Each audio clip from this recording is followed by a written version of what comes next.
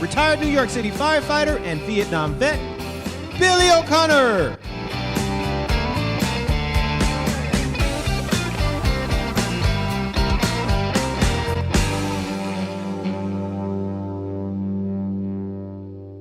My brother, good to see you. My brother Frankie, back in the studio, huh? Oh, my gracious me. We're here to make more magic. I told you, Frank, I want the yellow M&Ms. Just the yellow M&Ms. Take all the other ones out. I want the dressing room. It's great to be back. Great to be Derek, my brother. Good to be back. Good to see you. Hello, everybody. Can we have more energy, Derek? Hello, everybody. Give us that Valley Girl voice that you're good at. You know, like, wow, man, this is groovy. Oh, it's good to see you guys. It's been a long time. How long has it been? It was December? Did we do one in November? Did we do a Thanksgiving show? Man, I tell you, I'm still crazy. I can't wait to break out now that I got vaccinated and everything. I'm still going to treat it like the plague. Right. I'm still going to wear the mask, right. 6 feet and everything. But I got to tell you, I'm busted at the seams. I want to go see my grandkids in New York. I want to go to Vegas and see my money. Yeah. Say hello. See if they're taking care of it. I want to go to Phoenix this week. I want to bust out, man. I want to go everywhere. That money's probably been laundered three or four times by now. 30 or 40 times. The least of Vegas' problems how to manage my money. How to launder your money. That's the least of their worries. They can do it with a Clorox wipe. They can take care of my money. Yeah. But how about you? Aren't you dying to travel? Yeah, I'm dying to travel. I'm dying to go to places I've been many times before. I just want to go to Florida. I want to go to Jacksonville. I got to go to Ohio. I want to go to Kentucky. I want to go to. When I travel, I like to go where I haven't seen people, that I can see with them, stay with them. I don't like to go to a city and just look at museums and walk around. If I don't know anybody, it's not a worthwhile trip to me. Yeah, you want to see people. That's the way I used to treat the bar business. Like, I'd go to a bar where I knew the bartender. I didn't want to be anonymous. I didn't want to walk into a bar and not know anybody. You want to go where everyone knows your name. Everybody knows your name. That's a good song. We should do something with that. But the problem with traveling, my problem with traveling is, I don't know, I think the Irish are like the last of the nomads, You could be like in New Zealand taking a piss and the guy that's stalled next to you, come here, bye. Is there any paper over there, bye? They're like the last of the nomads. And every place that I've ever been, I want to see again. And every place I haven't seen, I want to see. So it's a never-ending cycle. Yeah. I want to go back to Bangkok. I want to go back to, since I was 19. It's changed. Oh, I'm sure. but one thing hasn't changed. Yeah. One thing hasn't changed. It was aptly named. Yeah, Bangkok is right. Actually, it's an awful lot of priests back in the 60s made the pilgrimages over to Bangkok. Yeah. There was a lot of that going on too. But I want to go back because I tell you, I guess about 20 years ago. Now, I was in Bangkok. The last time I was there was 1970 during the war, so that's 50 years ago. But 20 years ago, I was talking to this guy. He told me he was going to Bangkok. And I said, oh, man. I said, listen, great. I said, when you get to Bangkok, I said, there's a place called Pattaya Beach. It's about 70 miles outside Bangkok. I said, this little deserted fishing village. The water's beautiful. You're going to love it. The guy says, Billy, Pattaya Beach. He goes, there's billboards when you get off the airplane. The Pattaya Beach, they have an express train that takes you out there. There's conglomerates all over the beach. You can barely see the beach. There's so many high rises, But when I was there, it was like a little sleepy village, Hey, before I forget, our guest this week is Santos, director of Mayans on FX. He made his debut last night. We're looking forward to talking to Brett. And the Mayans, that's a spin-off of Sons of Anarchy, yes, right? It is.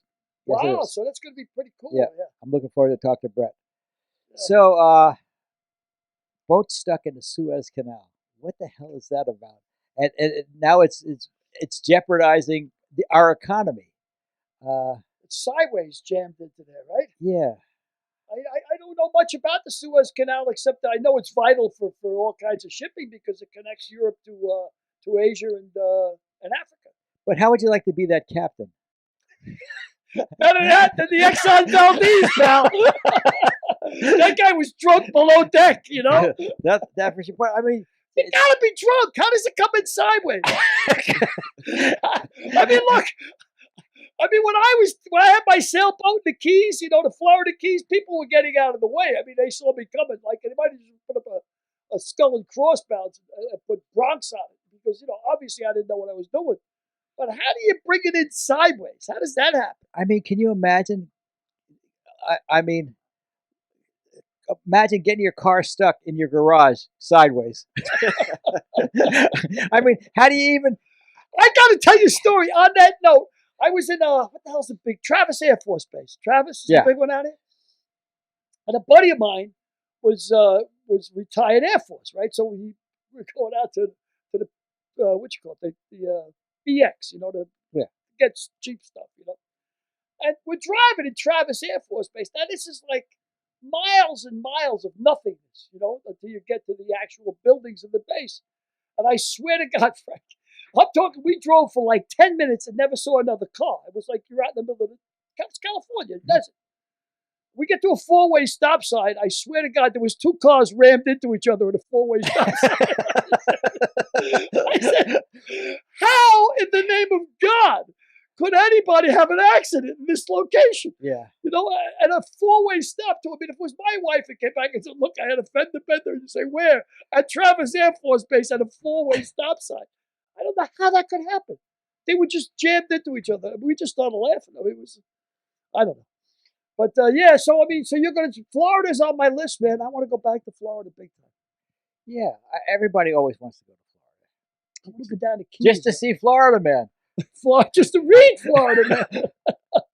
I want to go back down to Keys. I miss the Keys. Yeah. I do. I miss the Keys. Some parts of Florida. Have you ever been to St. Augustine? Have I ever been to St. Augustine? I went to school in Jacksonville. Yeah, but 30 miles from St. Augustine. Were you spend any time in Augustine? Of course you did. Flagler College was there. There's a lot of. I don't think I've ever seen prettier beaches than St. Augustine. It's beautiful. The beaches are unbelievable. Yep. They're like you could walk naked on those beaches and not see anybody for miles. Really. Not Billy. When was the last time you've been to St. Augustine? Probably 20 years ago. You can't do that anymore. You can't walk naked in Florida anywhere. You know how you used to do that? Well, you can't do that anymore. You can't do that anymore. You can't do that anymore. You can't do that anymore. But they have miles and miles of like bird preservatories and stuff. And it's Boyd's? You know Boyd's. The Audubon. You know the Audubon Society? Boyd's. But they have miles and miles of it. What movie was that from? Boyd's. I don't know about those stinking Boyd's. I don't want to know the badges. I don't want those things. The Treasure Sierra Madre. Yeah. I don't want those things. I tell you, Boyd's though. I remember watching an old Candid Camera. Remember the Alan Funt show, Candid Camera? And he had Wally Cox on, and he took Wally Cox. And you remember Wally Cox, the meek little. He looked like Don Knotts, only. He had glasses. Meeker than Don Knotts. He looked like Don Knotts, only meeker. Meeker than Don Knotts with glasses. Nobody in America knows who we're talking about now, but that's okay anyway. Mr. Peepers. Mr. Peepers. Yeah, nobody knows Mr. Peepers either. People that watch our show know Mr. Peepers. The people that watch our show know Moses. They knew Moses personally. Some of them got Moses' autograph. Robert Moses? Right, that Moses, yeah. So anyway, Mr. Peepers, they take Wally Cox and they take him down to the Union. Longshoreman Union, right? And they got a bunch of longshoremen there, and he's trying to convince these guys to join the Audubon Society. He's got the binoculars around his neck, and he says, I think you'd really, really enjoy if you join the Audubon. And the guy says, what? Audubon? What do you mean, Boyd's? You're talking about Boyd's? There's Wally Cox. There he is, Mr. Peepers. With his peepers. Mr. Peepers himself, Jeepers Wally Cox. Creepers. Where'd you get those peepers? Boy, that really ages me. Yeah. Me. Well, Frank, the shoe fits, pal. We got to admit it. That's the deal. The shoe fits for sure. There's a lot of wrinkles on those two heads. Yeah. Look like two old socks. And there's a lot more because I believe those pictures were taken a while back. Oh, Jesus. Oh, Jesus. Oh, Jesus. Get away from me. What else you want to talk about? I don't know. What's coming into that head? Anything that comes into my head, Frank, is going to die of loneliness. You're going to get no ideas there. Well, if you don't know anything else, well, why don't we go to Brett Dos Santos. Let's bring him on. Actually, I'm dying to talk to him about this show because this has got a lot of pre-hype. Yeah. Let's hope it lives up to it for his sake. It will. For his sake. Okay, guys, we got Brett on. Well, our guest today is Brett Dos Santos, young up-and-coming director who directed last night's episode of The Mayans on FX. Wow, that's the series about the motorcycles, huh? It is indeed. Wow. There he is. Ooh. Hey, Brett, how are you? I'm doing great. How are you guys this morning? Good. That's my partner, Billy, and my other partner, Derek. Nice to know you, Brett. Welcome Hello. aboard. Glad to have you on the show, pal. Thanks for coming on. Thank you for the invite. What'd Nice you to be here. What do you want to ask him, Billy? What do I want to ask him? Yeah. Well, I want to ask him when he had his last fight, number one. And, and how long have they been calling you Junior? Did you give me the right guy to prep for here? I don't know. I said Brett Dos Santos, Oh! not Junior Dos Santos. I get that a lot. Do Do you? you really? They break your chops yeah. a lot? Oh, I bet. No, totally get that. Inquiries, can I make an appearance? I do get the random MMA people. That's pretty funny. Brett, why don't you tell us a little about your background, how you got to the Mayans? You can talk for a little bit. Sure. Well, back when I was 11 years old, I took a family vacation, and we went all across the U.S., and one of the stops was California. And of course, we went to Universal Studios, Disneyland, and at Universal, there was a behind the scenes of E.T. And I was just mesmerized how anyone, and anybody could from anywhere in the world could come to this place, be a part of the magic behind the scenes. And I always thought that was amazing. And if I had that opportunity, I was going to do it. So I kept that in the back of my head and kept going to high school and started to think I was going to go into advertising when I went to college. But I always had this feeling of the desire to be behind the scenes. And I was fortunate enough to go to the University of Texas at Austin and major in radio, television, and film. And I had some great teachers there that inspired me. And there was a business boot camp, UT alumni, that I got to be a part of. And I flew out to LA for a week. And we met all people from UT that were in the business. And DPs, directors, writers. And we had people come and talk to us each day. And based on that, I really got the bug. I mean, one of the people that came and spoke to us, and this was 1994, was Matthew McConaughey. And he had just done Dazed and Confused. And we went to, there was a sitcom called Step by Step, and the DP was George Debe. So I met him. And, I was like I am right now, very naive, didn't know anything, and just wanted to be around everybody. And came back, totally had the bug, and made a decision that was in May, and decided to come out in November of 94, and drove my truck out, moved out, and started sending resumes to anybody that I could find with an address in LA that had some relationship to a production company, I would send out. And I sent out a ton of letters. And back then you would go to a Kinko's and you would pay like $5 to work on a laptop or a computer for a little bit. And that's how I spent, a month or two doing that. And the very first job I ever got was at Barbara Langley Productions, which produced Cops. And I was hired as a PA, and I was very excited. A PA is a production assistant, right?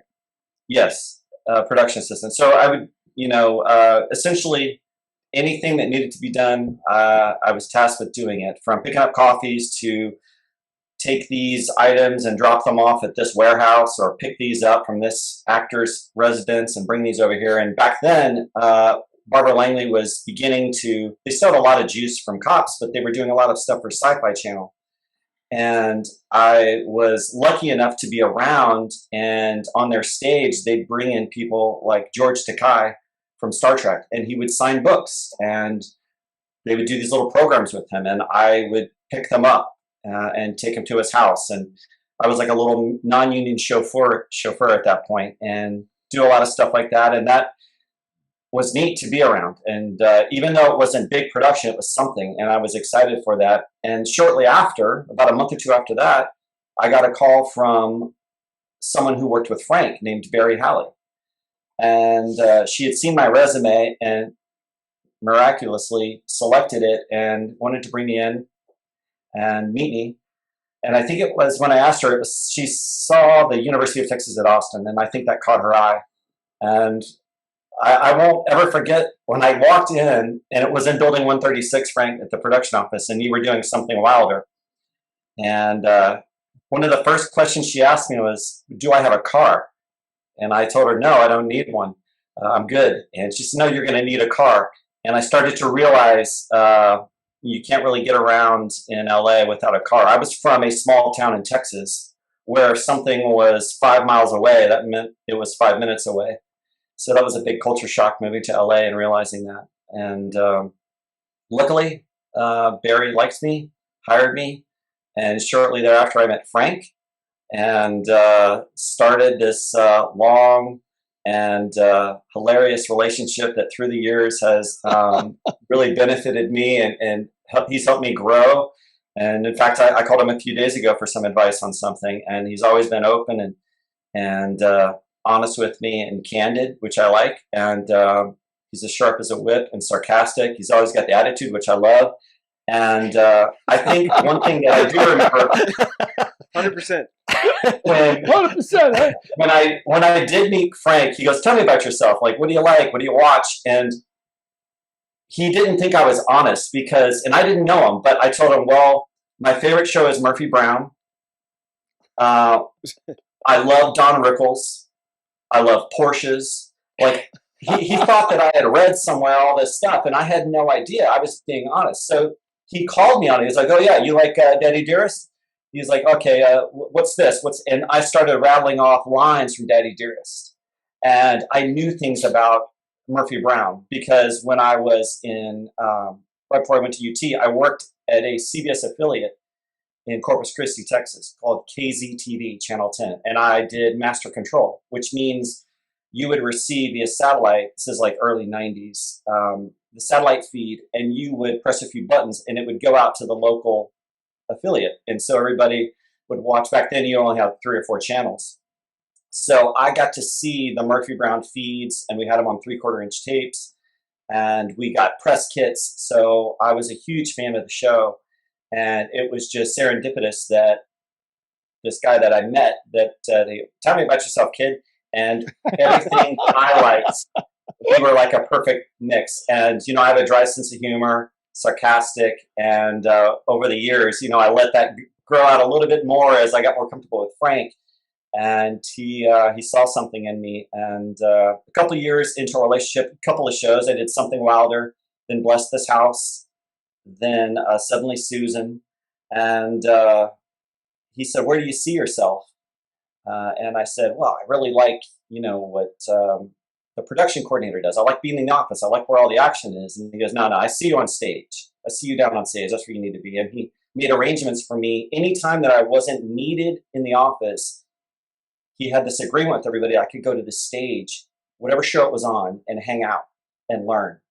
And that's what I did. And I would hang out with the camera team. I'd hang out with the prop department, meaning I'd spend a whole day here and I'd learn everything they do for a couple of days. And then I'd work and follow the script supervisor and the costume department and figure out like where I really enjoyed the action. And I really liked what the stage managers did. Stage managers are the ones that ran the set. It was shot on video back then, and now they're all considered assistant directors.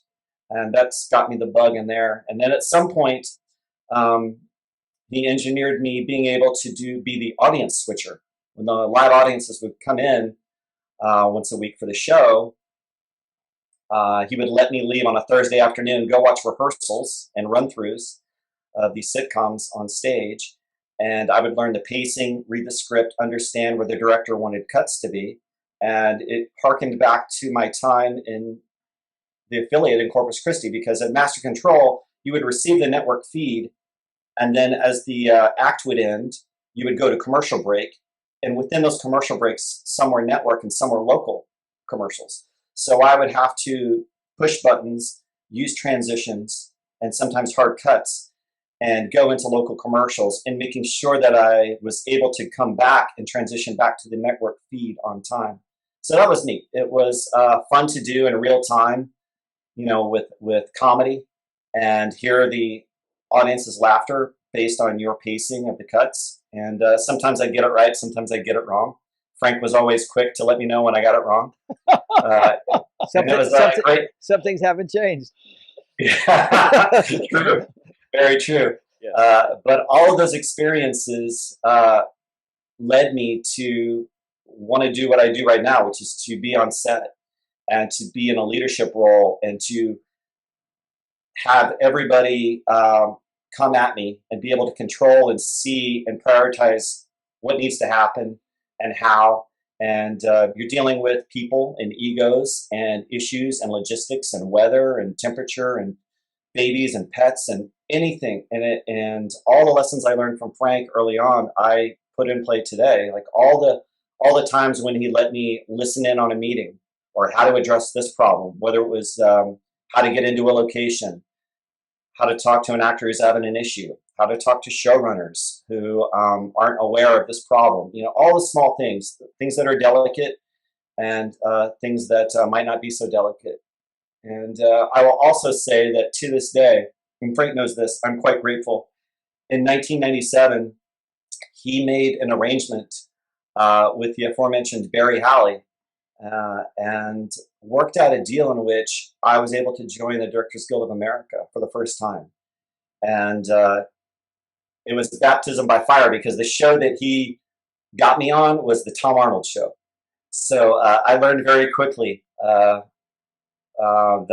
realm and operating on that level. And I'm to this day so grateful, because without that, I wouldn't be where I am today. And it all kind of led to me doing sitcoms, and that's my love. I went with him to George Lopez for a couple of years, did that, and then made a transition to 1 hours, I think back in 2007 or 8. And I've been in 1 hours ever since. And I'm happy to say that I can operate in any genre, whether it's 1 hours, drama, comedies, reality shows. I did Punk'd for MTV, tons of reality shows when they were at their peak. Soap operas, live award shows like Teen Choice Awards, Emmys. So all those lessons and skills that I use, I learned from Frank, because I was with him in my early years. And now I'm at the point where nothing scares me, no shows, doesn't matter what it is. I can always figure something out working with the team. And I was recently able to direct an episode of the show that I've been on for 3 years. It's called Mayans M.C, and it's on FX. And the show that I directed is actually going to air. It actually aired last night. Then right now you can watch it on Hulu, because it's streaming on Hulu right now. Yeah, that cracks me up, man. So basically, a PA, you started as a PA, which is basically a gopher, right? I mean, you just try and keep everybody happy. But from what I gather, and this is totally as a layman, an assistant director is basically fix it. Like whatever they throw at you, you're like MacGyver. You got to fix it. Yeah, you have a little time. You get the script and you work with the director and you break the script down, all the scenes, and within those scenes are elements, whether they're props, special effects, costumes, picture vehicles, whatever. And you have to figure out, typically in about 6.5, 7 days, how you are going to shoot this, where you're going to shoot it. And you have to balance actors sometimes that aren't available, or that their big names are only coming in for 1 day, or a location that's not available. In addition to, when does the sun go down? Is there rain, forecasted for these 3 days? Are you shooting in the desert? And yes, it's difficult but fun, and it's rewarding, because the other part is I get to travel all over, and I've had some great experiences and been in places that I never would have been in had I not been in this position. And I'm just grateful, and still humble and hungry, and which is that's my mantra. I'm still learning every day, because there is no one day that is the same. Even if you're shooting the same show on a stage with the same actors, all the scenes are different. The dynamics are different every day. The shots are different. Actors are different each day in terms of their attitudes, their moods. Some days they don't know their lines. So that with location makes this a constant puzzle. And I love puzzles. And it's just fun to be so collaborative with everybody and to work on these high caliber shows that people are watching and are enjoying. And to be a part of that just makes me feel good, fills me with a sense of pride and accomplishment. Brett, you worked on two of the most famous shows in recent memory, Better Call Saul, and the other one I can't remember the name of. Derek, what's the name of it, Derek? Breaking Bad? Breaking Bad. There you go. You got it. Yeah, I did. And why don't you tell us a little bit about both those shows? Sure. I had been approached to do Breaking Bad a few times. And me being such the smart person that I was, I said, no, I can't do it. And I look back on that with a little bit of regret, but yet I still am happy that I actually did end up going to it. I started there because a director named Michelle MacLaren, you may know her from Game of Thrones, Breaking Bad, Better Call Saul, The Morning Show. She had worked with me on a show called Lie to Me with Tim Roth, and she just came in for one episode. And she came there and she brought Anna Gunn as a guest cast. Anna Gunn played the wife on Breaking Bad, yeah, correctly? Right. And I did that episode with Michelle, and I was the standard Brett. I didn't know her. I treated her like every other director I treat, which is respect, but also reality. Like, there's no way we're going to get this day, or you need to simplify your shots, etc. And that, with the sense of humor and my energy and drive and the reaction of the cast and crew around me, it was a really good experience for her. And at the end of it, she and Anna approached me and said, we have this show that you have to get on. It's the show that we normally do. It's on hiatus. And is there any way? And I went and I met the producers of that show when I finished the Lie to Me run. And this was Breaking Bad, correct? Yeah, I went and met the producers of Breaking Bad. And I had to decide if I wanted to do Breaking Bad, which shoots in Albuquerque, New Mexico, or stay in LA and do a show with a producer that had another show coming after Lie to Me. And I decided to stay with the producer and stay in LA. But the relationship never died. Every year or 2 or 3 months, they'd need to transition over there, or one of the ADs needed to take a break or whatever. And I got a call a few times, and it never actually happened. And finally, they came upon their last season, and the timing worked out with me where I was available. And I was on a show, and I got the call, and I hung up, and I told the producer I was working with, I'm like, that was Breaking Bad. They're asking me to come. Can I come next week? And I'm thinking, and I said, no, I'll think about it. But I was on a show, an active show. I was prepping an episode, and it was going to go on for another 2 months. And that producer looked at me and said, what, are you crazy? He's like, you have to take that. You're going to be part of television history. And at that point, I had never watched Breaking Bad. I didn't even know what it was. I just knew I liked Michelle MacLaren, and I liked the people that I met there. So I ended up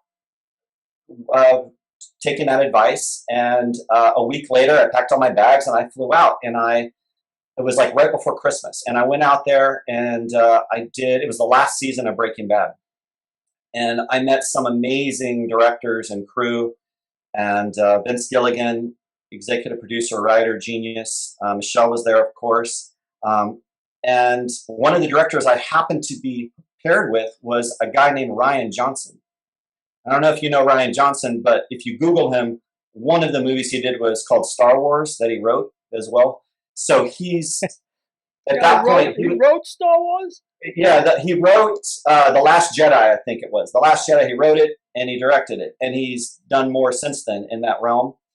And I think what attracted me to it was such a great, there were no weak links. Every department on that show was solid. And normally you have here and there, you have to make up for inequities on certain departments, or you have to pad time or add for this. There was none of that there. And they were so detail oriented.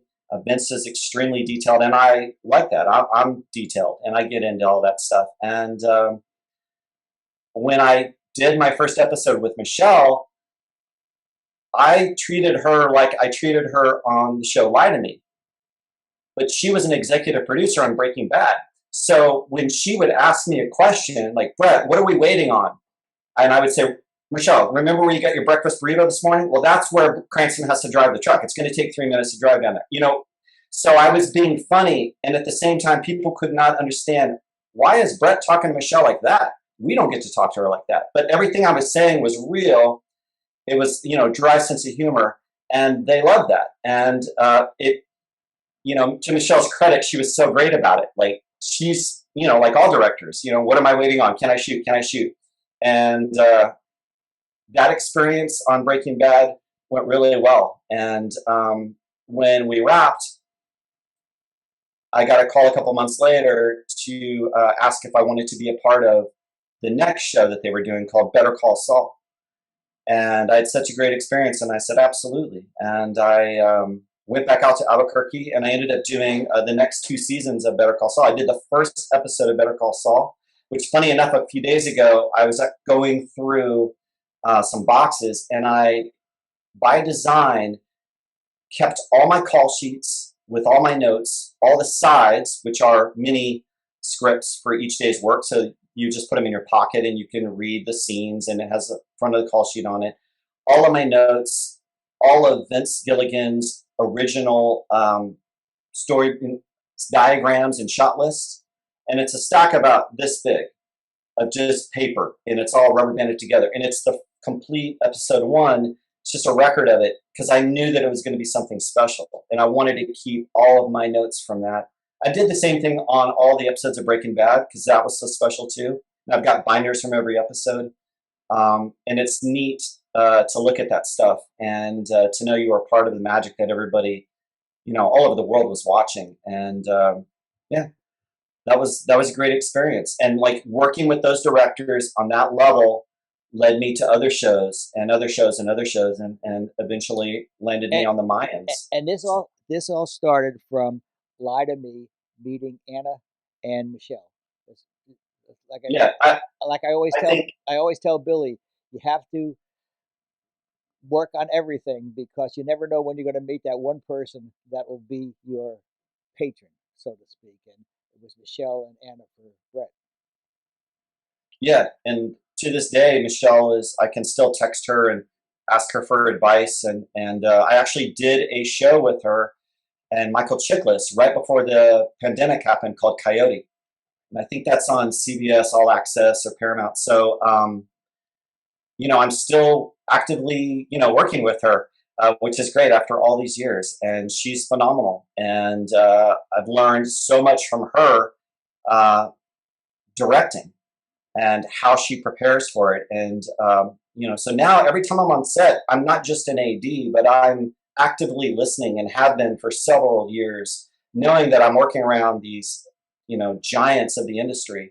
They're so well respected, and I feel like I'm so privileged, so I don't waste anything. Anytime they go up and they give an actor a note, or they're talking to the camera operator about the pacing or the shot or the composition, I'm listening to see how they're delivering that note, how it comes from a writer to the director, and then how that is transferred to the actor.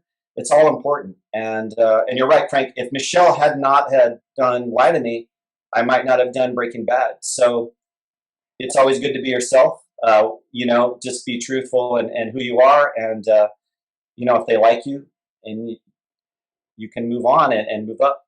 Well, we got a preview, which will now be a post view of last night's episode of Mayans. So I hope, will he be able to see this, Derek? Oh, okay, great. This plan, if this fails, our brothers are going to be gunning for you.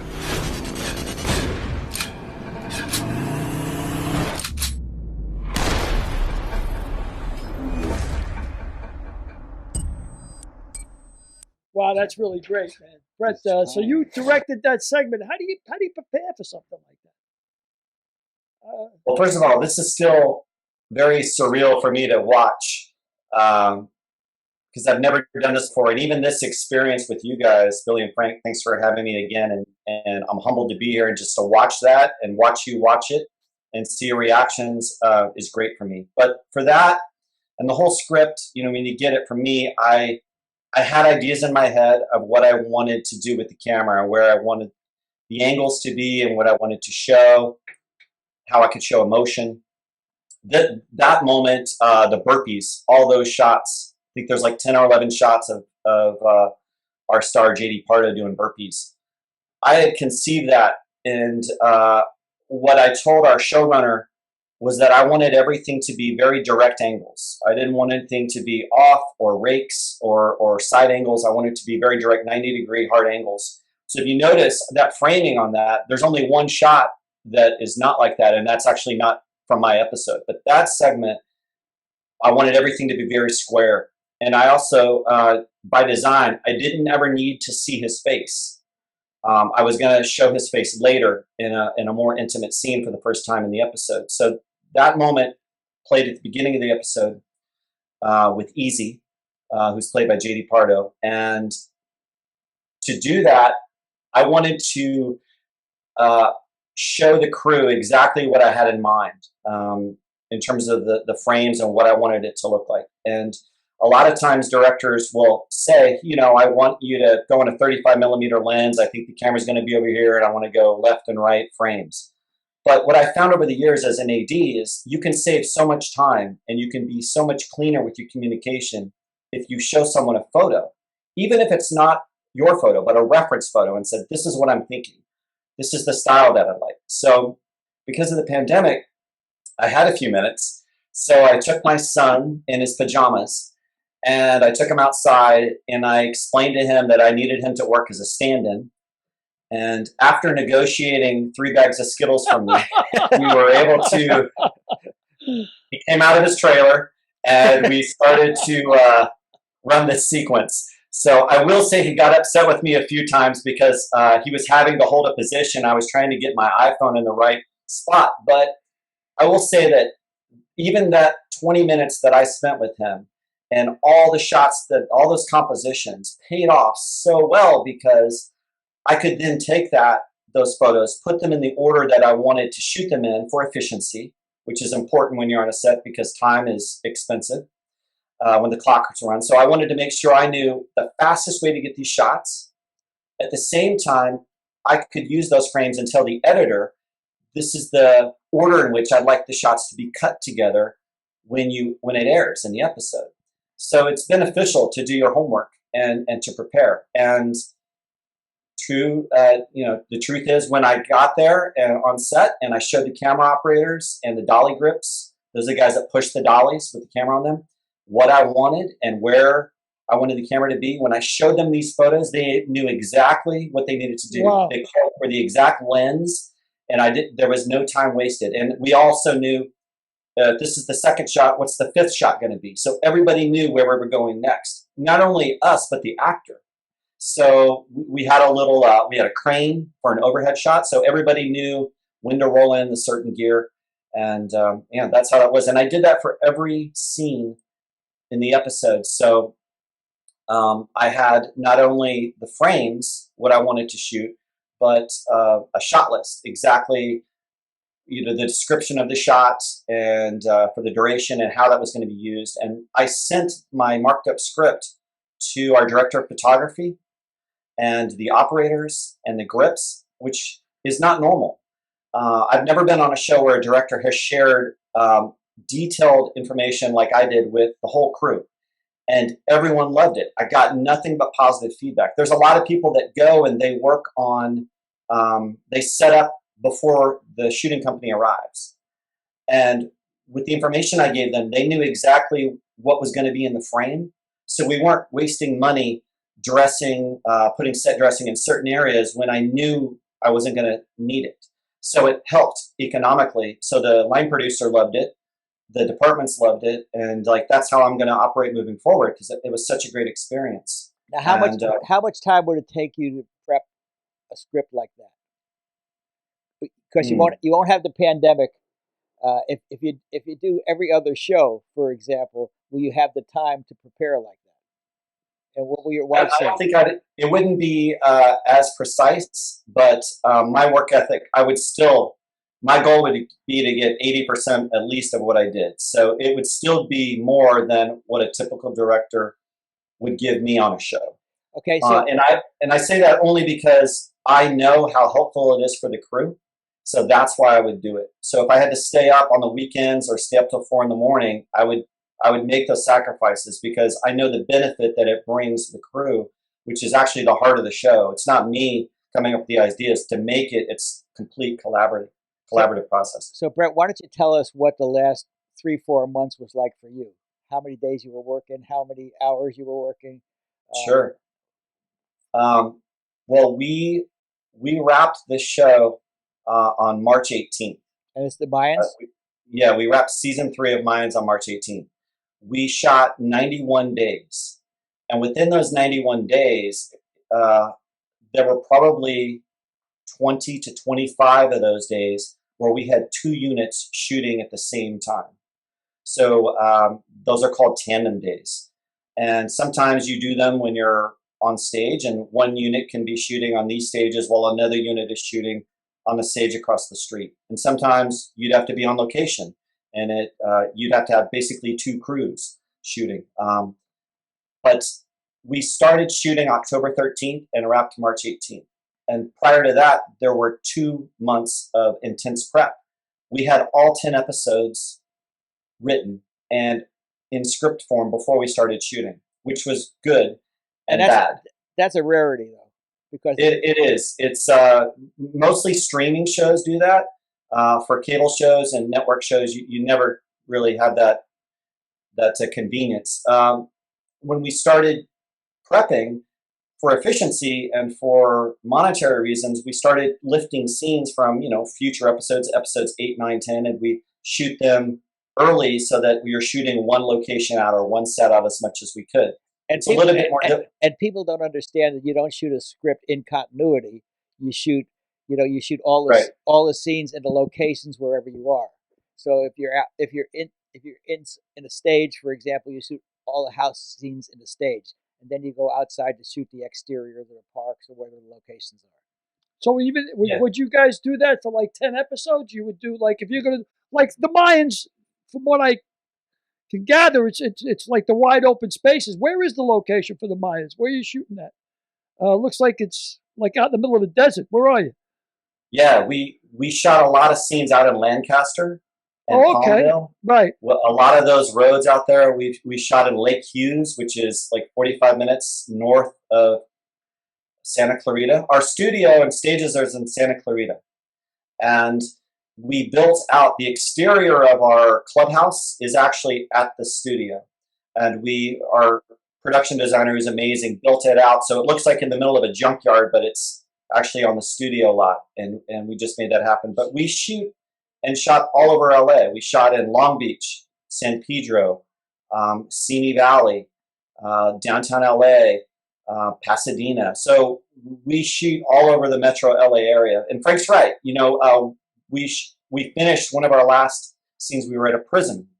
And so if you have prison scenes within your scripts, you would, because it's such a big deal to shoot at a prison, you would shoot all the prison scenes one time. For all 10 episodes.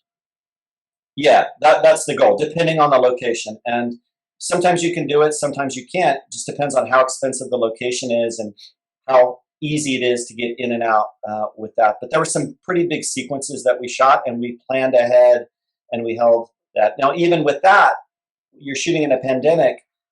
The pandemic's going on. A lot of actors didn't want to come back more than once or twice. They lived out of town or they didn't want to be exposed that long. So that was also a driving force where out of attrition, you would take all their scenes and shoot them out, whether they were in 1 episode or 5 episodes. And that was kind of the agreement sometimes, is to shoot them out. Maybe they were doing another project somewhere or they didn't live in LA.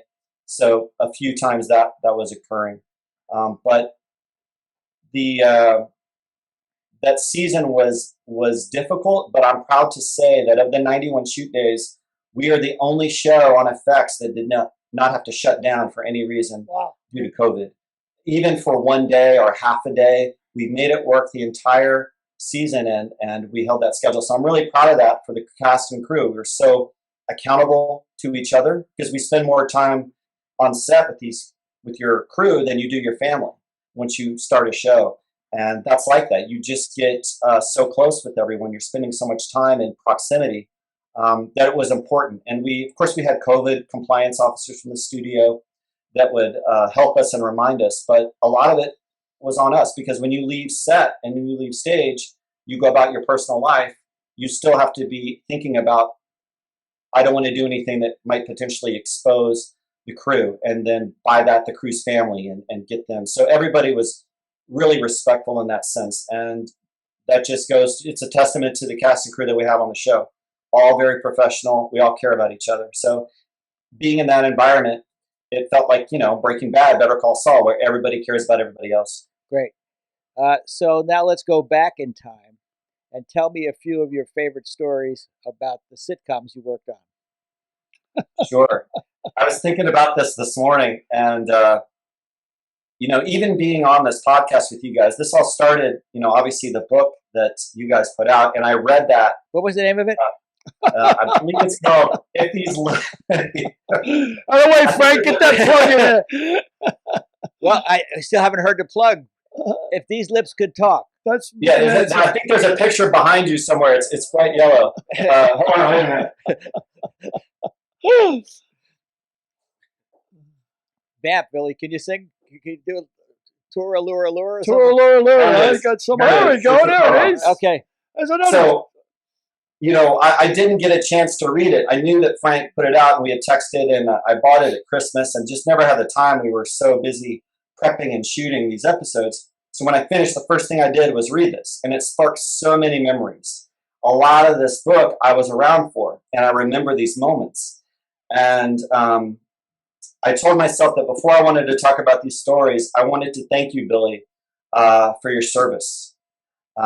Not only at the fire department, but your service in the military. And I just want to take a moment, not lose momentum, but just acknowledge the sacrifices you made and give you a sincere thank you. Really appreciate it. Thank you very much, Brett. I really appreciate that. But I appreciate your enthusiasm. I appreciate you buying the book and reading the book.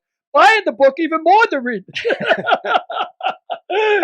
Well, hopefully you guys will get some more hits on Amazon and the publishing company, because this made me laugh and cry, and it was amazing, and how this was written, and I loved the entire book, all of it. And you got the job. You didn't even play softball, right? I don't even know how that happened.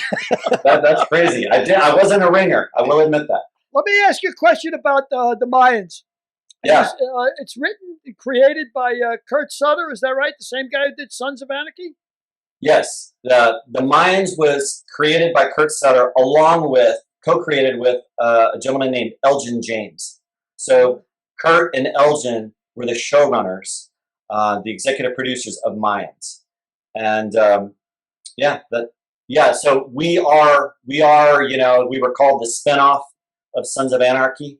And our show is, centered on persons of color and minorities. And that's been our goal, is to tell those stories, because Sons was more of a Caucasian, if we say, themed show. So we tell stories of brown people, and which, I might not look it, but I am Portuguese and Argentinian. Wow. And I never checked the box Caucasian, growing up in high school and college, the ACTs, and anytime there was a box, I was always hesitant. And to this day, I've checked other. And even on the DGA, I checked other. And this show speaks to me because of my last name, which is Dos Santos. If people don't see me, or they don't know me, or they call me, they make assumptions. But when they see me, I look like I'm white. So I kind of tread both worlds. Mm-hmm. But how I was raised and the people that I hung out with and that I grew up with were all minorities. I grew up in South Texas, and I was bused by design from my mom, a single mom, to an all-black school. And that taught me truly, you don't judge a book by its color, race, ethnicity, gender. Everybody's equal. So that's why, again, those lessons I still carry today. And it's just like Frank said, you don't know, you want to be nice to everybody because you never know. But it's not just that, it's just be nice in general as well. You get so much more out of life and everyone else, and you enrich everyone's life as much as they enrich yours. So yeah, that's another reason why I'm proud to be on Mayans, is that we are telling stories that haven't been told, and we'll continue to do that. And the response has been amazing. And you've been picked up for another season. So when will you start, and what will your position be?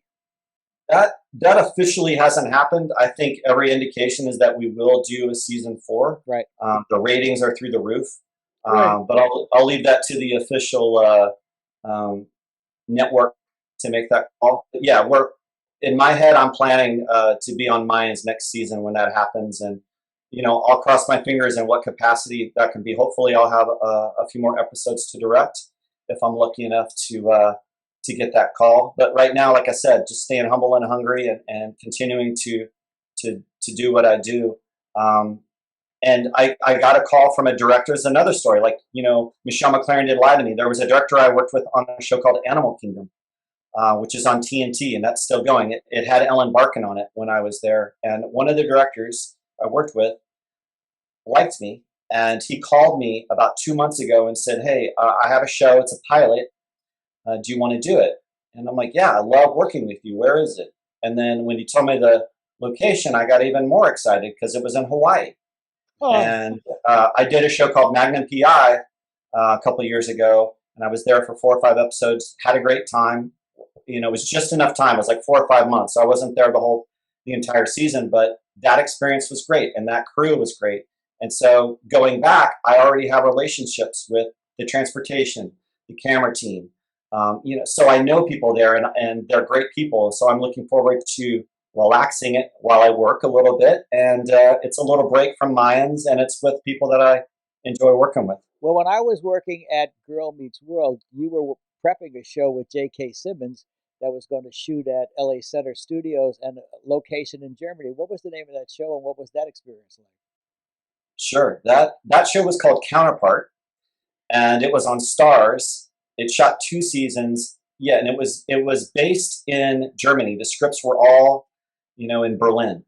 And we built and shot at LA Center for, I think, 83 days, season 1. And we went to Berlin, and we shot 43 days in Berlin and the area outside of Berlin. And were you shooting 5-day weeks or 6-day weeks? We shot both. We shot 5 and 6-day weeks in Berlin. Normally on location, you'll shoot 6-day weeks and 5-day weeks on a studio lot or stages. And that was a great experience. Working again with, there was a executive producer director named Morton Tilden. And he had just come off a big feature film with Chris Pratt and Jennifer Lawrence called Passengers. And he directed like 3 or 4 of the episodes. And I started the show. So I set up the show and figured out, broke down all 10 scripts and worked with the producers and the writers and figured out what scenes can we shoot in LA, which ones must be shot in Berlin. And knowing that early enough, they were then able to plan locations in Berlin that we went out a few times and scouted it and made plans for it, but also to inform the cast so they know when they're working, and then they can plan and their other projects and their families. So that was a great experience. JK is such a professional. I've never seen anyone other than Bryan Cranston hit their mark, say their line with precision repeatedly after receiving notes from a director or a camera operator, making that adjustment and still making it all work for timing. And that was a very difficult show technically because JK played 2 different people that a lot of the times were in the same space. So it was a lot of visual effects, a lot of very precise moves with remote controlled computer operated cameras. And that again opened up my eyes and got me thinking about visual effects and the limits that you can take this to. Yeah. And the acting and the stories on Counterpart were amazing. And just to be around that cast, it was another great experience. Plus, I got to come up and bother Frank a few times in the production office and see a couple old friends that I had, met back in '94. So that's always nice to see Frank, and of course Steve Wallenberg. That guy alone, I would. Have you guys had Steve on? Because that's the one I want to watch. You guys got to get Steve Wallenberg on here. Steve. Yeah, we haven't had Steve on yet, but it's pretty funny. I always said one of the first three people I hire on any show is Wallenberg, Marty, and a dwarf, because we had a little person as a stand-in, and I wanted to get Wallenberg on. We had Marty Nedboy, who is since deceased, who was probably the funniest man who ever lived, and Jimmy Briscoe. Jimmy Briscoe, right? Who was our little stand-in.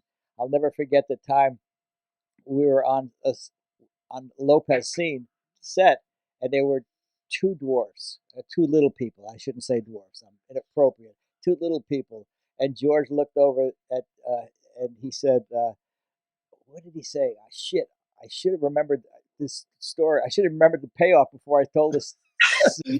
two half men and yeah, two. And he looked over at Bobby Cardenas and the two guys standing with him, and he said, "What was the thing? Two half men and I don't know the payoff." what was the show? Two men and Two and a half men was the name of the show. Yeah. Yeah. So he called him. I think he called him 1.5 men. one and two half men. Whatever. One and two half men. It really is good for me to remember this payoff before I start a setup. What a great job you got, though, Brett. I mean, it's amazing. You go all these great locations. You're in Berlin. You're in Hawaii. You're in Palmdale. I mean, all the exotic locations. Don't forget Pomona. Don't forget Pomona, Billy.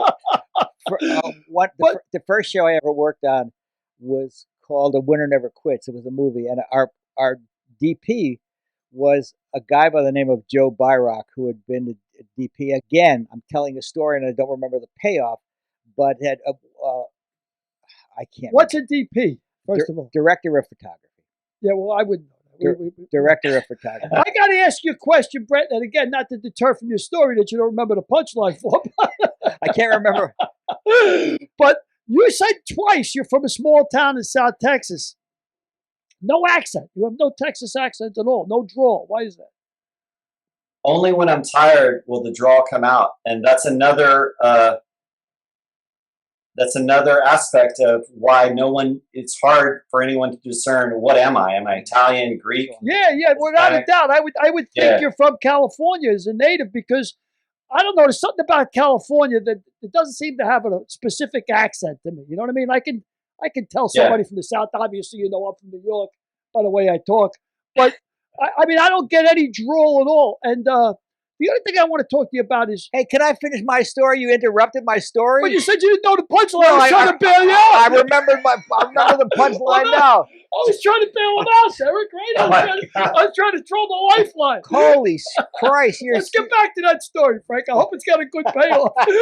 So, the anticipation. So, the director of photography was a fellow by the name of Joe Byrock. And Joe Byrock had worked on It's a Wonderful Life. So that's how old. Oh, so now you're impressed. Huh? I am. So Joe Byrock had worked on A Wonderful Life. And on that episode, he was celebrating his 50th wedding anniversary. And we said to him, Joe, 50 years. How the hell did you stay married so long? And he said, I took every location job I was offered. That'll do it. Now you can. Now we're talking about Frank Capra's Wonderful Life? It's a Wonderful Life? Is that what you're talking about, Frank Capra? Because that's why I was impressed. That's the only one there was. Well, I just wanted to make sure. I don't know.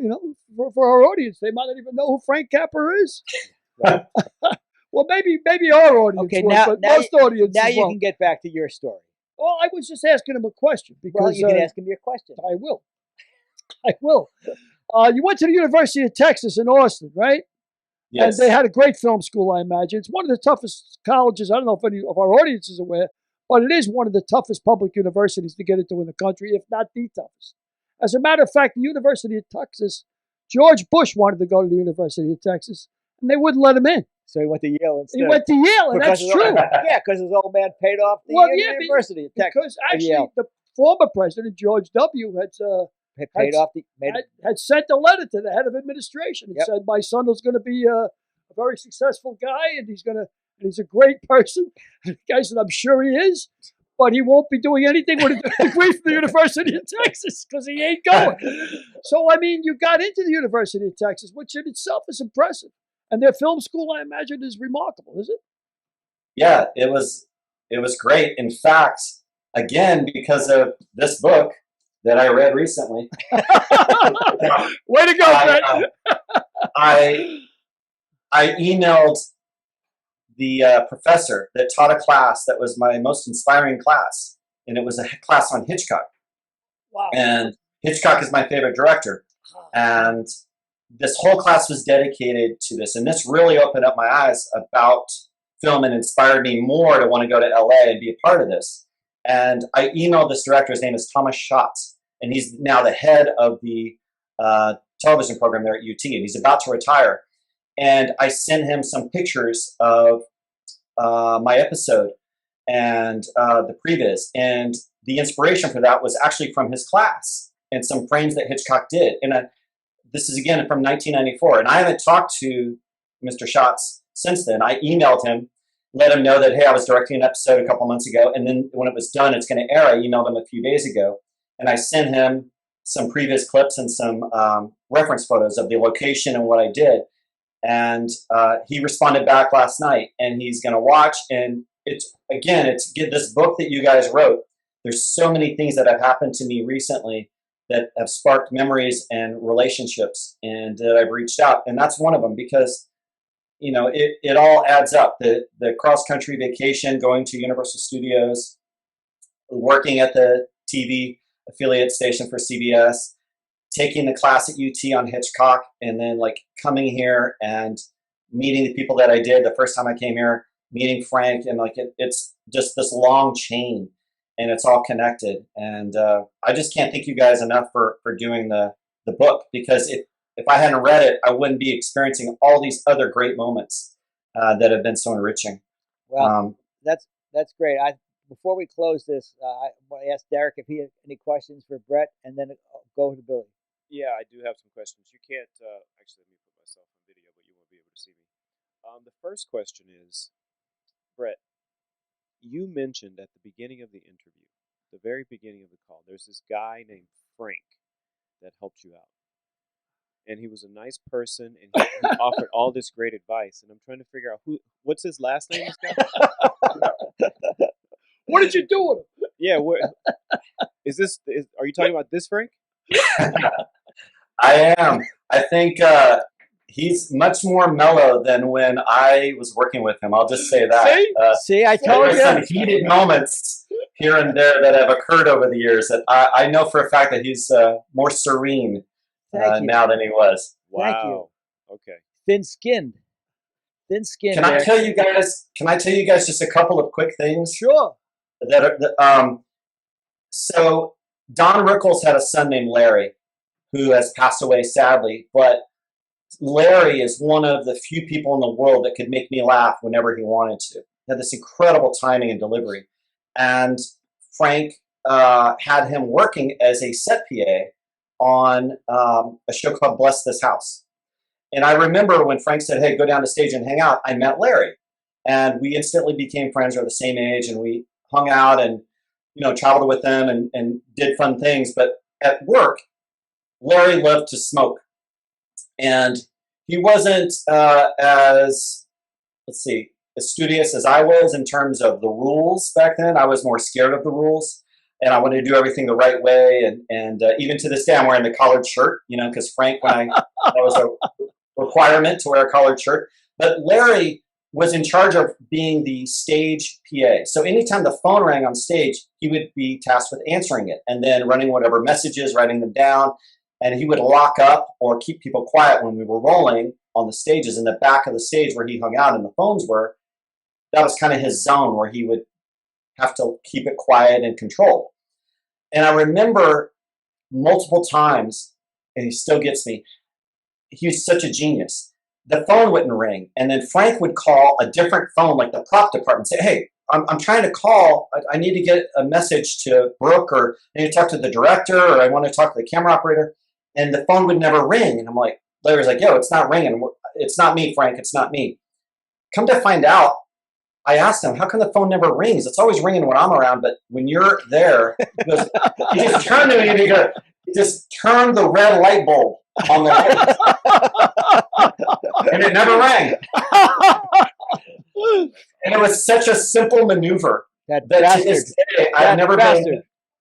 Yeah, and then we would have headsets on show night, and the first assistant director would say on the radio, like, lock it up, let's get it quiet, we're about to roll, and we're rolling. And sometimes you would say, hey, are we locked up? And you'd say, yes, we're locked up, copy, we're locked up. And that was the response. So he'd know that it was safe to go, that you were in position.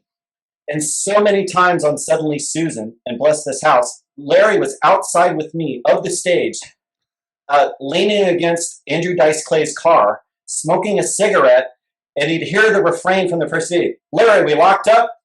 He'd take a drag, yeah, we're locked up.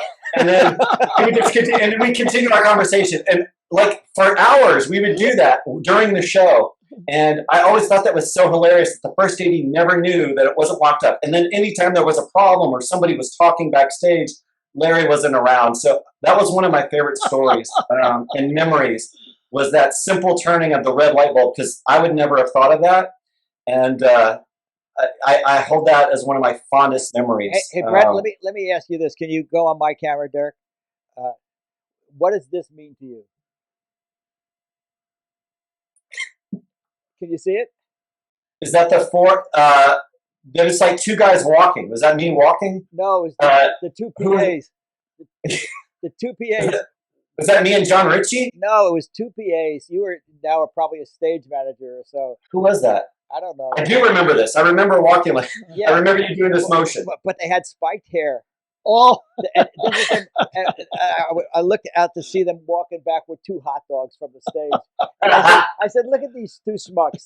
They're just walking like with their spiked hair, carrying the two hot dogs. Those things would have been gone. Both of those hot dogs would have been gone before I took 3 steps from the stage. But here they were carrying them. It was very funny. I do remember the hot dogs. Yeah, there were so many simple and funny moments. Do you guys have time for one more? Sure. I do want to share one. We had Rodney Dangerfield come and be a stunt cast on our show. So the network wanted to get a big name and come in and do these lines on Suddenly Susan. And he played a repairman at Thanksgiving, a stove repairman, an oven repairman on Thanksgiving. So the question became, well, who's going to drive him? And at that point, I don't think we were either too cheap or we didn't have the ability to have a car service go to his house. We wanted to be more in control of that. So Frank is looking at all the PAs in the office. He's looking at me and he's looking at the other guys and he goes, well, we got to send to Santos. I'm like, and I was so happy because I love Rodney Dangerfield. And then the other, it was Jimmy, Frank. Jimmy goes, well, why couldn't I go? And without missing a beat, he goes, I can't have you killing with your gun rack, because Jimmy drove a truck with a gun rack. So because of that and his gun rack, I got to pick up Dangerfield. And when I went to Dangerfield's condo on Wilshire Boulevard for the very first time, took the elevator up to the top floor, I walk in, I'm just in awe, can't speak. I'm looking at all this crazy memorabilia, and he's such an icon. And he walks out in a robe. He's wearing pajamas and a robe. And he goes, okay, I'm ready. And I was like, okay. He goes, where you from, kid? And I said, Texas. You know, was your father a rancher? And like instantly. And every day after I would pick him up, I'd come back to the production office and I would regale everybody with, what did Rodney say? What did you talk about today? Because every day for 5 days, I'd pick him up and take him home. And one day we're on Wilshire, when the first day that I took him back to his place, and he says, no, kid, you can't turn here. I'm like, oh, but your condo's there. He goes, no left turns. No left turns. So I had to figure out how to make only right-hand turns to get to his place, because in LA, and especially on Wilshire, if you're at a red light, you guys probably know this, you're never able to make a left-hand turn here in Los Angeles with the amount of traffic. it's always when the light turns yellow and red with that 3 or 4 cars actually make the left-hand turn. So he knew that, and for safety, he always wanted it to be right-hand turns. So that was like a funny thing that I always kept over all these years. And then one time we were driving, and it's like the 3rd or 4th day in, he hawks a big loogie in his mouth, and he spits it out the window. He spits it out the window. We're at a light. He spits it out. The problem was I had got my car washed, and the glass was up. My window was up. He spit it on the glass. So it's there, and it's just slowly coming down the glass. He didn't have a care in the world. It was all good. Sorry, kid. I'll tell you. Sorry, kid. You actually sound like him. You're doing pretty good, Rodney. A quick story. There was a Rodney roast, and Saget was roasted him. And somebody said, Rodney is a prick. And Saget said, anybody who knows Rodney has seen his. Because Rodney always had his robe open, and he was flaunting his schwanz. And we did a run-through at Suddenly Susan, and it was there, plain to see. Oh, really? He gave you a shot of Little Rodney, huh? He gave you a shot of Little Rodney, is right. That's pretty funny. Billy, what you got? Any final questions? A quick question, and when you left the University of Texas, or even before you went to the University of Texas, you knew you wanted to be a director. That was where you were heading. That's what you wanted to do. You knew that you wanted to be behind the scenes since that impetus in Universal. At University. I don't know if it was a director. I just had this desire to be on set and to be part of the magic. And the whole concept of working behind the scenes and doing something that nobody else was a part of, but they got to experience. I wanted to really do that. I wanted to do something that very few people get to do on a steady basis, year after year, and to bring joy to others and laughter and tears and tell stories. And I think after I started doing it, I realized that, I do have vision. I do have a story to tell, and I do want to put my fingerprint on this. And hopefully, people will enjoy what I did on Mayans, and there'll be future episodes to come. Oh, I'm sure there will be. You look like you got a big hit on your hands. But Frank was the one who said that you need to be on the set. You got to come down. So he recognized the fact that you needed to be down there. Yeah, to his credit, he did 2 things. He took me out of the office and he put me on stage, and he made the deal to get me over to Universal on the Tom Arnold show and get me into the Directors Guild of America, which was, I can't even express what that means. That is, it's even harder to do now, and it was hard then. And he saw something in me, and I'm trying to pay it forward and help out anybody I can. And now I'm doing the same thing for PAs that are trying to get into the guild. I'm taking a young woman who works on Mayans, and she runs all the first team at base camp, which is where all the trailers are, and she puts makeup hair every day. And I'm going to give her her first job in the DGA in Hawaii. She's going to come out, commit for 1 year, and she's going to work on the show I'm doing and join the guild. So, again, it's all sparked off the book. Why don't you tell how much it costs to get into a Directors Guild as a director now, and how you got in, because at your 1997 rate. Oh yeah. So whenever I was doing Better Call Saul, at that point, and even now, a lot of writers that created the show, they wanted to direct episodes, because today writers are the ones with the power in terms of television. It's not really a film director's medium. It's showrunners and writers. So a lot of the writers would direct, and some of them are really, really good.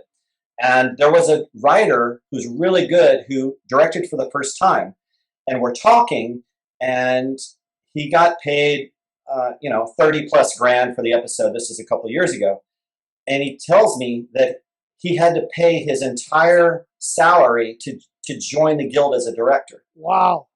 And when I directed, I was preparing myself mentally that I wasn't going to see any of that money, that I was going to work my butt off really, really hard. And but all that money, I was going to have to probably lose money because I was going to pay all that money.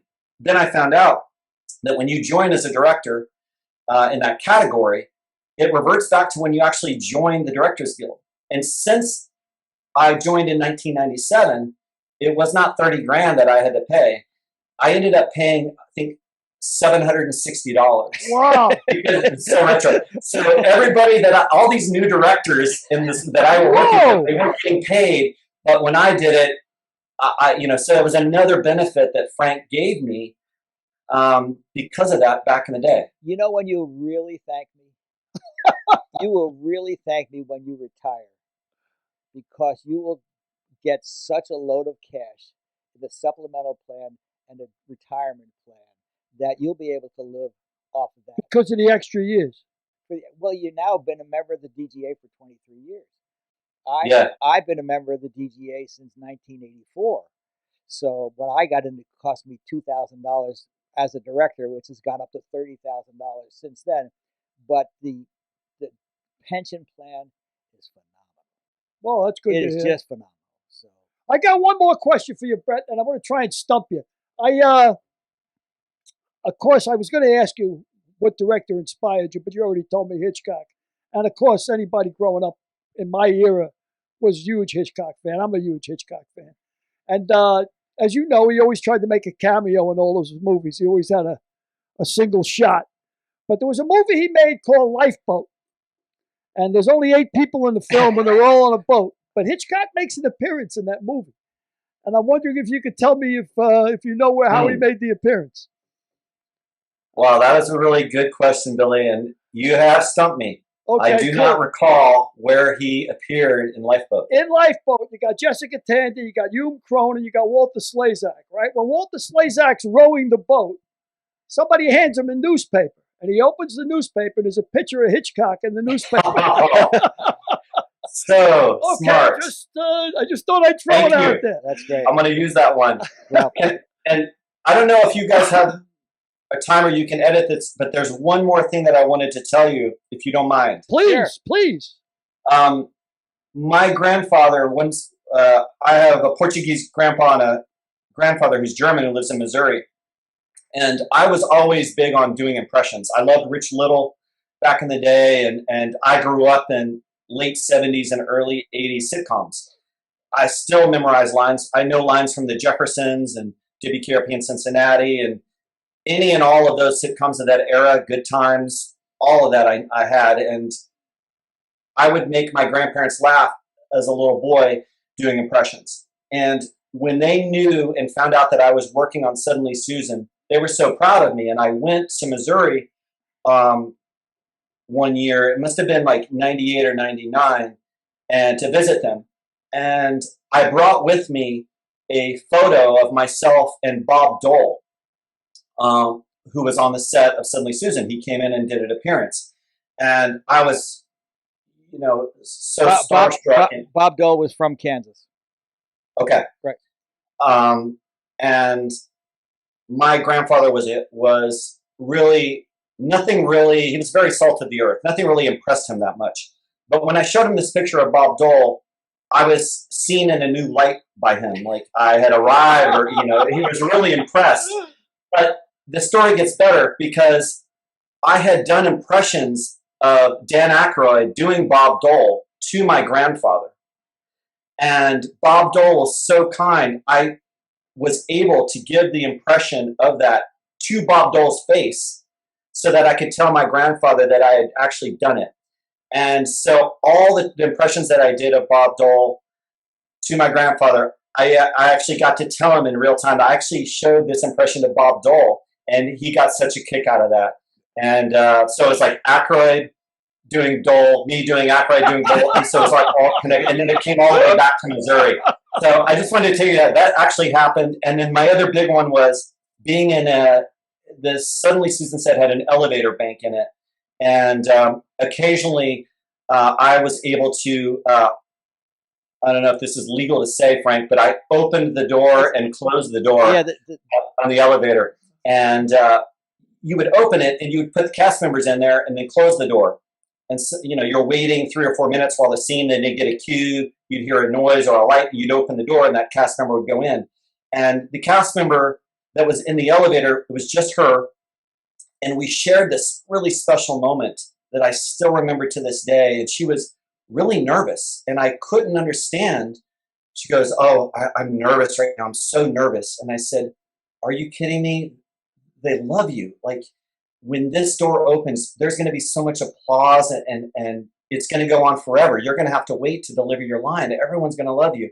She goes, "You think so?" I said, "Oh, I'm so sure about it, Miss White." And it was Betty White. Wow. And she won an Emmy for that performance in Suddenly Susan. Yeah. She won an Emmy for that year. She was so kind. Yeah. I just want to say one thing in closing.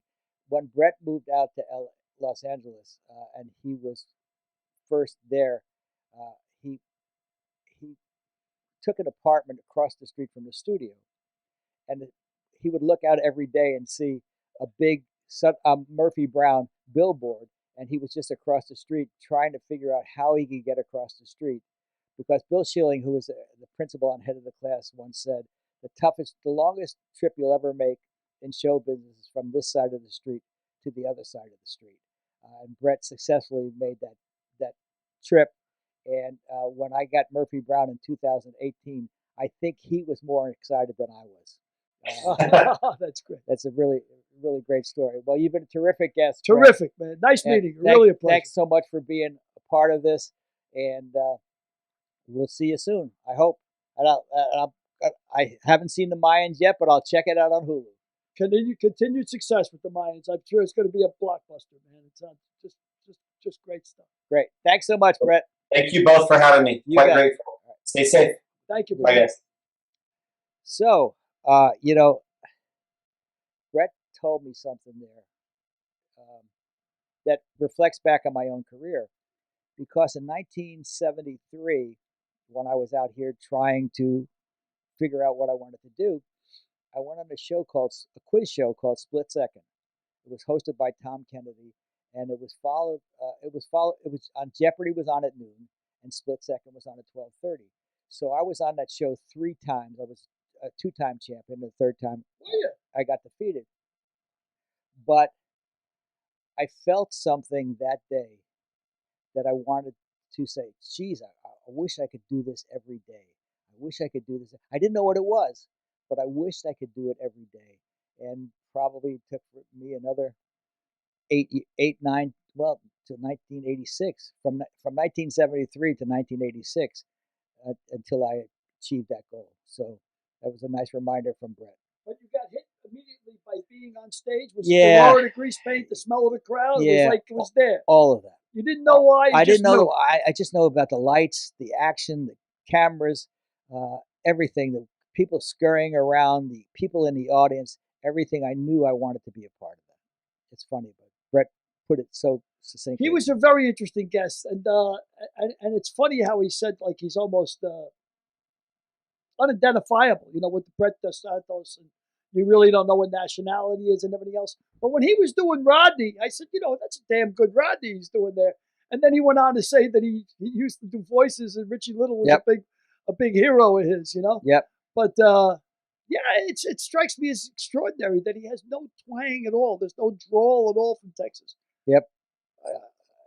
I really appreciate Brett greatly. He's been a fine boy, fine man. Well, obviously, and he's a fine director very now. Successful. I mean, you can't knock success. I mean, you don't get there by accident. There's a lot of hard work goes into it along the way. Well, as he was telling us about what it takes. 20 years. What it takes. 15 to 20 years. The first thing I was thinking of is Thomas Alva Edison's famous quote, 90% perspiration, 10% inspiration. Yep. It's work, work, work. And he was talking about even the work he did with his kid. Yep. The precursor for when he was ready to get on set. Yep.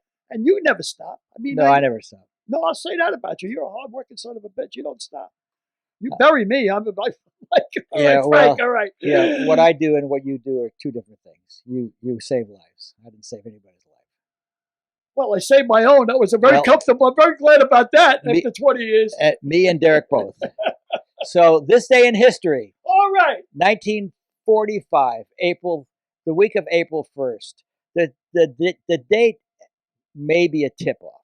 April 1st, 1945. 45, yeah. Well, the first thing I'm going to think of at 45 is the end of the war, coming back from the war. What do we got? Well, I'll tell you what. My father was there. I'll give you a hint. My father was there.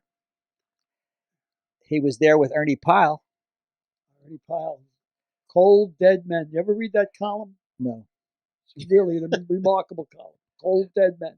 Go ahead. So it was about something about World War II, the end of it. The U.S. forces invaded Okinawa. It would become the last campaign of World War II. Well, yeah, Okinawa was when they decided, pretty much.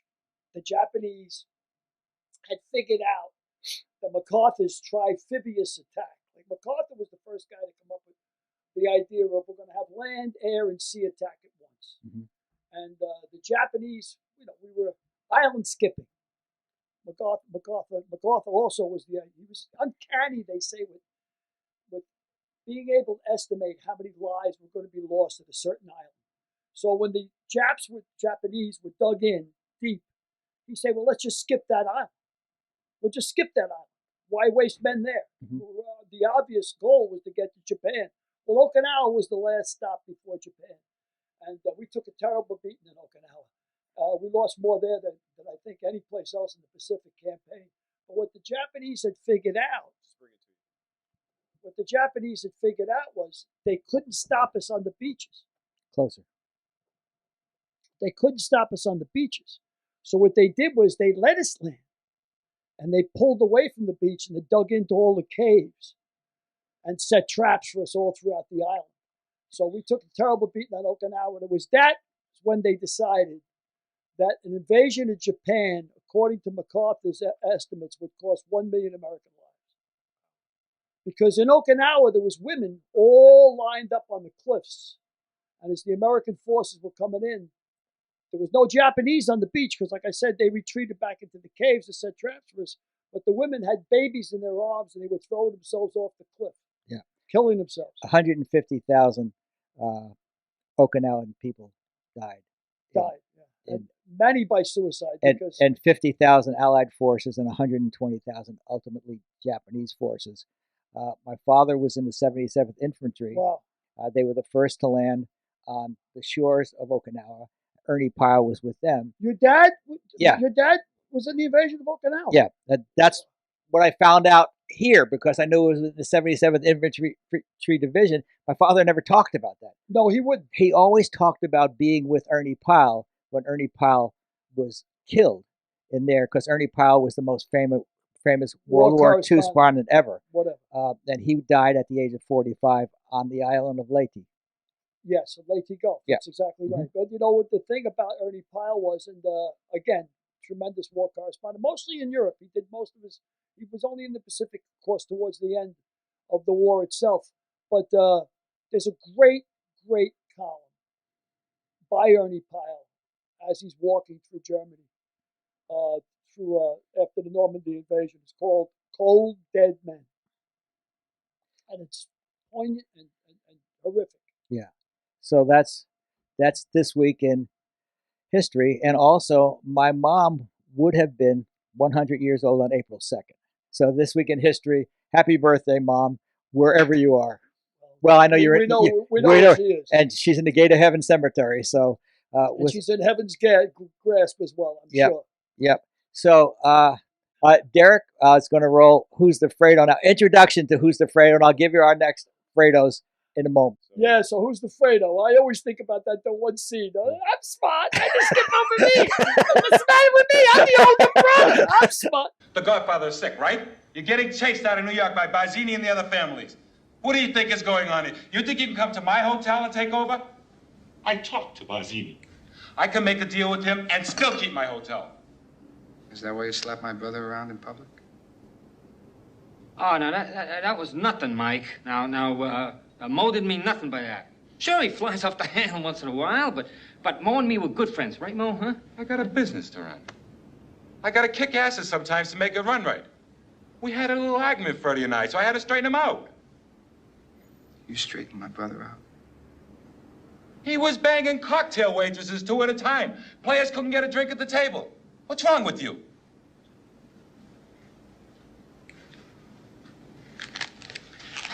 I leave for New York tomorrow. Think about a price. Do you know who I am? I'm Mo Green. I made my bones when you were going out with cheerleaders. Wait a minute, Mo. Mo, I got an idea. Tom, you're the consigliere. Now, you can talk to the Don. You can explain. Just a minute. Don is semi-retired, and Mike is in charge of the family business now. If you have anything to say it to Michael. Mike? You don't come to Las Vegas and talk to a man like Mo Green like that. Fredo,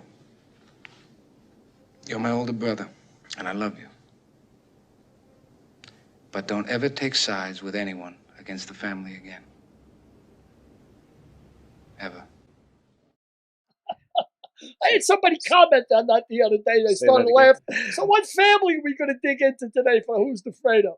I think we took shots at the Democrats last week. With Teddy Kennedy. With Teddy Kennedy. Specifically. I'm going to say we'll pick the Trump family this week because we know who the Godfather is.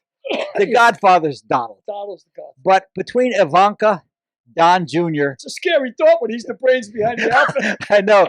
Between Ivanka, Don Jr., and Eric, who's the Fredo of that group? You got to go with Eric. Right? He's got a face that only a mother could love. Come on, that guy's mug. He's got some mug. But you can make a point for their big co-Fredos. Oh, I don't know. I got to go with Eric, man. That guy he just looks like he belongs as the Fredo. What do you think? You think? I think it's a clear-cut Eric. Oh, yes. You too. It's a clear. But it took me all of 2 seconds. But I don't want to give Don Jr. too much credit. Ivanka would definitely be the next Godfather. She's, she's above. And she would be the one. She would probably be the successor. I think you're right. Yeah, and Don Jr. would be Sonny. Because they're both, I don't think he's as smart as Sonny, but I'd like to see him. I'd like him to be Sonny just because I like to see him in a Guinea smoking jacket. I'd like to see him get shot. Actually, but that's just me. But we'll find it in post. But Derek, we'll find out one of the two guys, the cartoon characters. Oh yeah, what is that? I don't. Beavis and Butthead. Yeah, Beavis and Butthead. That was Eric and Don. Comes to mind. Eric and Don Jr. Anyway, we've done enough of this show. We've done enough damage. We've done enough damage today. I really do not want to see Don Jr. shot. I hope he has a very prosperous and happy life. I just want to say that a third time. I don't want to see Don Jr. shot. It's great to be back in the studio. It is great to be back in the studio. It really is. It's great to be back. In the studio. With that, we'll sign off and see you next week. We hope we see you next week. Tune in. What is it? Tune in, tune out, turn on, tune out. Say goodbye, Billy. Goodbye, Billy. Next week on A Mick, a Mook, and a Mike, America's foremost comedy hypnotist, Mark Sweet.